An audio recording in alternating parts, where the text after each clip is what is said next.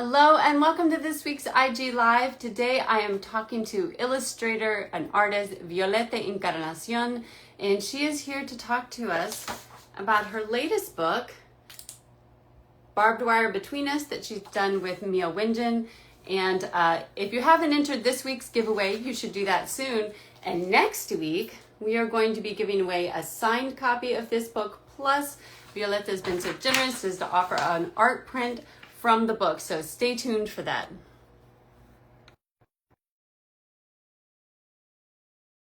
We usually come at 2 o'clock Eastern on Thursdays, but watch the announcements. Sometimes, like today, we are coming at a slightly different time. So just pay attention for that. Hi, are you able to rotate your... Oh, yes. Rotating now.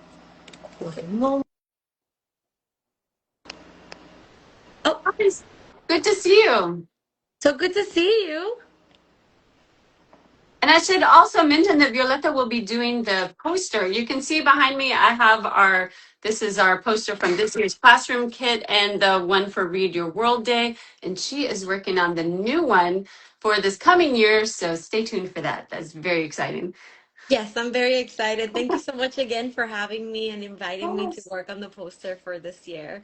Oh, we were so excited to work with you. And I mean, your work is just stunning, which we will get into in a little bit. But first, why don't we back up? I'm sure people watching already know who you are, but why don't you introduce yourself and tell us what was your journey to working in children's books? Sure. My name is Violeta Encarnación, and I was born in Cuba. That's where I was born and raised. And ever since I was a little girl, I've always loved drawing, and I've been fascinated by art. That's what I studied in high school, and later at SVA in New York City, I studied illustration. And I honestly, I always knew about picture books as an illustrative career, but I remember that, when I had first graduated, I was just a lot more concerned with just getting work, any kind of work, as most of us are. And it wasn't until I started making work that I was genuinely excited by that I started getting some notice. And eventually I was found by my current literary agent. And through him was that I began actually working in picture books. And it's been a wonderful journey ever since. It's everything cracked up to be. Everyone is so talented and kind, and I mean, we're making books for children. What's more fun than that? Oh, I love that. I love that. And now we're talking about your new book, as I showed before, Barbed Wire Between Us. And like I said, we're going to be giving away a copy of the book next week, as well as an art print from the book. But tell us about the book and how you got involved in the project.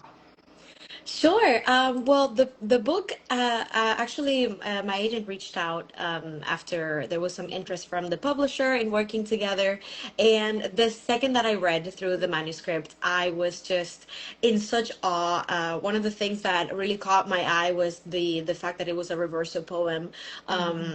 And how the story repeats itself, and I just felt that it was such a good opportunity to translate that into the illustrations from the past and now the present.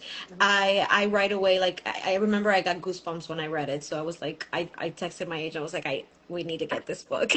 Let's try our best to work on this. And it was a wonderful journey. The art director was very supportive.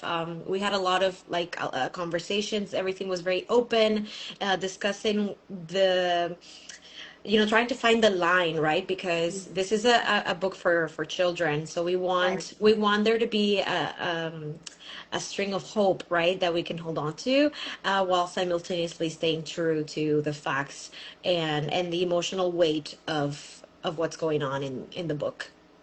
Well, maybe we could talk about that a little bit. All right, like as you mentioned, probably the most distinctive aspect of this is that it's a reverso poem, that it kind of, you tell it one way and then the second half is in reverse, because it's the two parallel stories of these two girls who are in the same detention center, but 70 years apart, one during World War II, one during the more recent times. Um, so what was your approach when you got this? Like you said, you read it over, you knew you wanted to work on it, and yet how did you stay true to the stories and yet have that balance? Like, what was your approach to doing the project? Yeah, that's a very good question. I think, well, again, because of the nature of the story, right? We wanted to be careful of how much we showed, right? And maybe when you look at the rest of my work, sometimes it's a little bit more detailed, and it shows. It also has a lot more color in it, right? So we knew right away that the tone of this book needed to be very different. It needed to be its own Mhm. thing, and I tried to approach it more from a cinematic point of view, where I was mainly playing with just big shapes and having moments of quiet, right? So every time you turn the page, there's enough simplicity for the readers to really focus on the story and the emotion in the main characters' eyes and their body language. Something else that we really wanted to do was the use of color sparingly. So our first protagonist, her color is yellow, and the second is that nice teal, and the color sort of emanates out of them into the rest of the spreads. So Even that you was can see also it just like on the end papers. Yeah, yes. the yellow and the teal. Yeah. Yeah, that was such a nice touch by the designer. I after I sent them everything, they got back to me with the final layout of everything, and it was just so beautiful. That's one of the most amazing things about this job is just that collaborative aspect. That you make something, but it's almost like a conversation. You send it to them, and what you get back is better than you could have expected.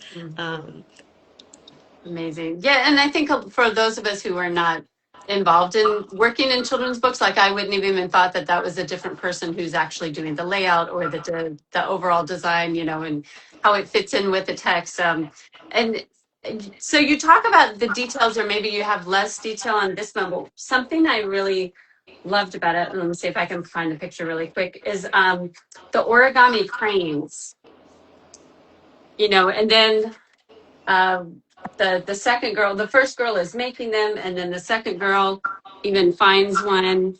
How did you use like little things like that to kind of connect the two stories? Because these parallel stories. How did you kind of have kind of a unity between the two at the same time as you have differences, like the kind of the connections between them? Yeah, because of the nature of the story, and that it happens in two completely different timelines with different clothing, different Mm, people as well. We wanted it to be very obvious that it was the same place and again the same story happening. And this was actually Mia's um, suggestion. And I remember when I got the manuscript, that specific spread that you just showed, mm, there was a note about our main girl actually making the crane. So I said, why don't we just take that and we put it everywhere? And actually, the paper that I used to make that crane is from a yellow newspaper of the time, actually talking about the war with Japan and everything. So it was really cool that during my research I was able to find scans of historical papers like that, and I was able to incorporate that as well. There's a lot of detail doesn't only have to be like rendering something. You can, especially when you can draw back on those areas, you can focus more on emotional details like this one. mm.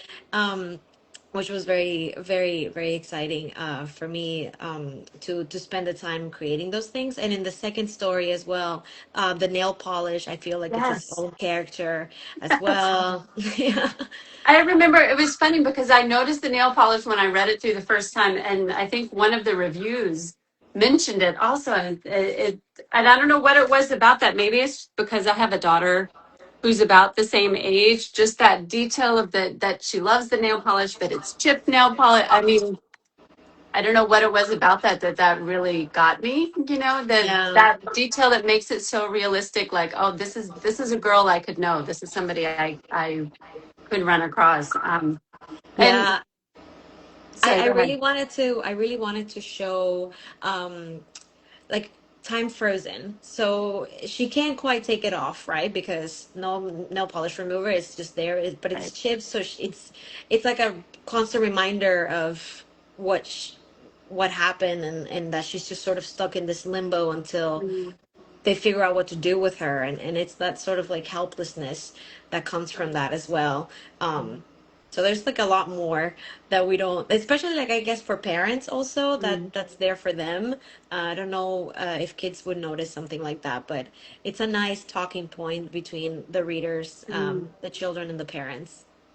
Yeah, I love that. And yeah, I think this is one of those books that would spark a lot of conversations, thank you, with children. So what was your research process like? I mean, you mentioned some about finding these old newspapers.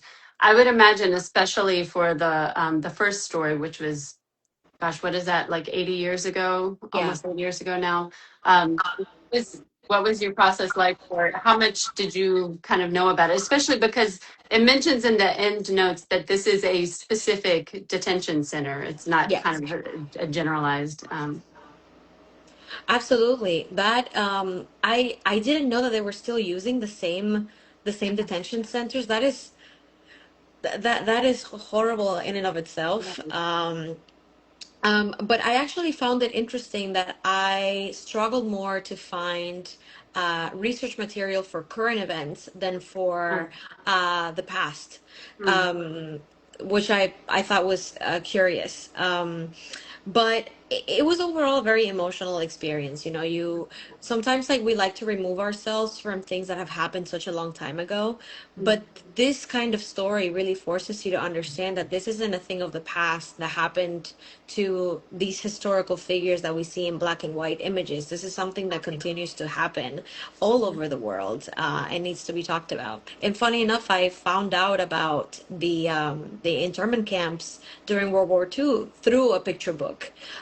So it's interesting that I never learned about it in school. mhm. Yeah. Yeah, it's funny, like you said, even though it's been so long, I don't think it's something that's really talked about in classrooms, and which is why it's so great that we have books like yours, and like you said, I mean, they're finding these connections to these people, and that's a lot of what your work is about: connections to nature, connections to each other. Like you have another recent book that came out, I think, earlier this year, right? Magick, Hoodoo Child. You see a lot of Yes. that is about connections to the earth and so on.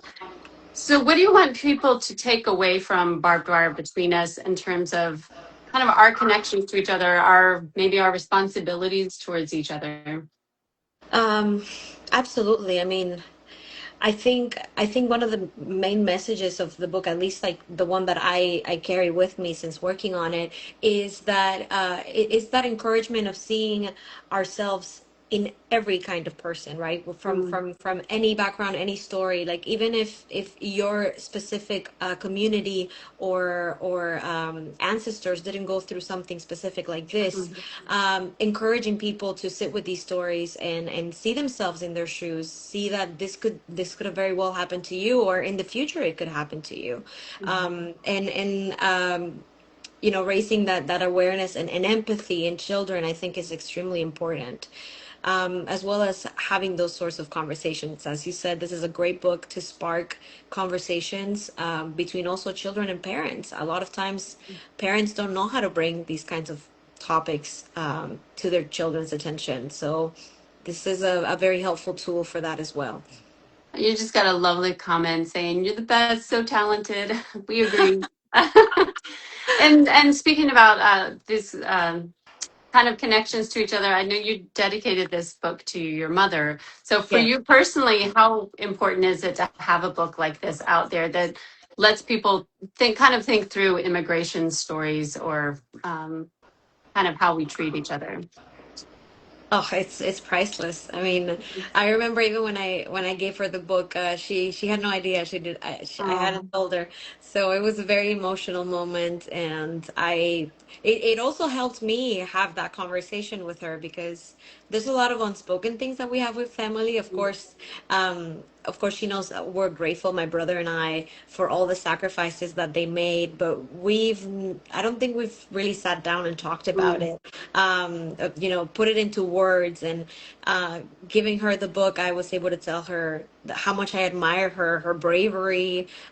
It's not an easy thing. You know, people a lot of the times think that immigrants are coming in to take things that don't belong. And I understand where that sentiment may come from, but it's not easy to leave behind the life that you've been building for years. It's not a choice that immigrants make lightly. And a lot of the times what you face on the other side is besides being completely uncertain, it's sometimes horrible, right? You don't know what's waiting for you. Your family could be separated. There's so much that a lot of the times people don't take the time to try and understand.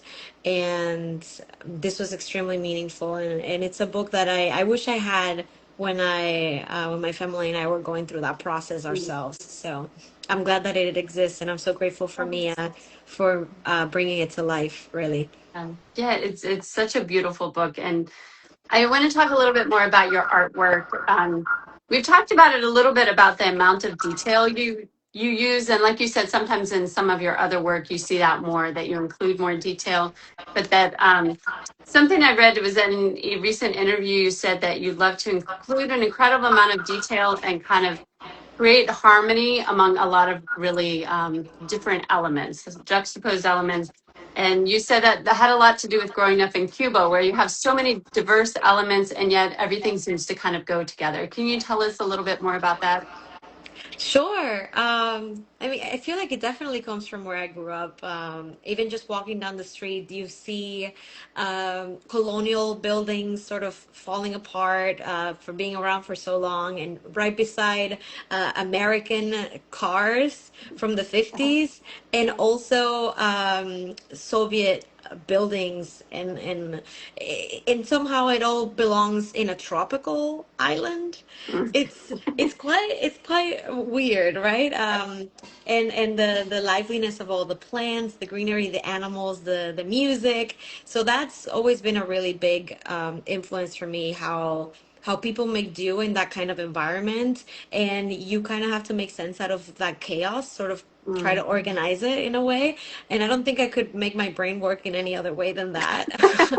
uh, and with this book, I mean, it's having a balance of showing kids how, even in moments of extreme hardship, especially like our first character, the scene where she's with the doctor and there's kids singing and listening to music, she's still finding joy and things to be grateful for, even though she's in this camp and she's been separated from her father. It's that complexity emotionally that gets translated also in the art, having that juxtaposition of the collage elements and the really detailed like hair and line work, with more subdued paper textures. So that was my way of putting that into the images as well.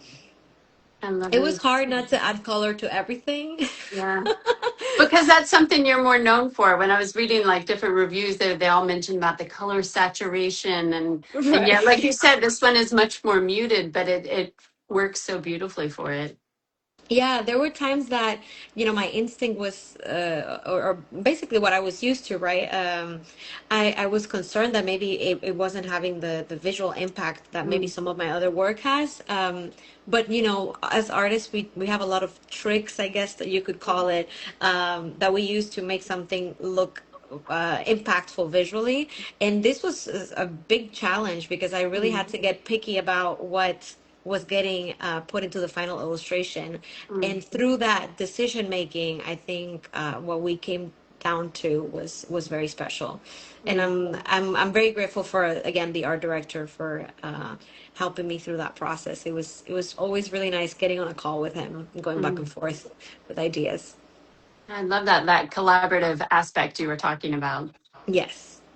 Well, we're getting close to the end, but I'm curious because I know I saw that you do like website reviews and portfolio reviews for art students who are about to graduate. So, what would you say is like your top piece of advice that you give to people who are looking to go into this field? Well, I'm guessing that if you want to get into the field, you already love it, right? So that's, I think, if you have that, you'll go far already.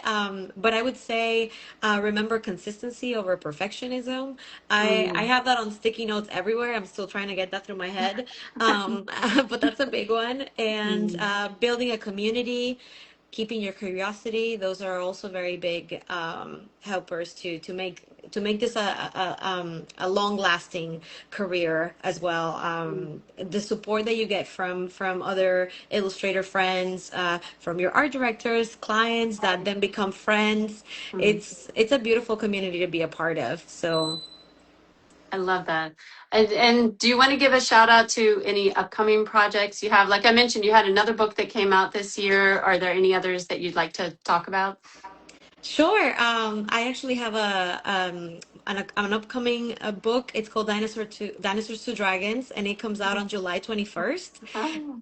It's a really fun book. It's about how people from different cultures came across bones, most of the time dinosaur fossils, and based on their environment and their own religions and cultural beliefs, they came up with different myths like mermaids, dragons, griffins. So it's a very interesting take on lore, but grounded on science. And so for all the nerds out there, I highly encourage you to look up that book. I had a blast working on it for that very reason. And so I think it'll be a fun one.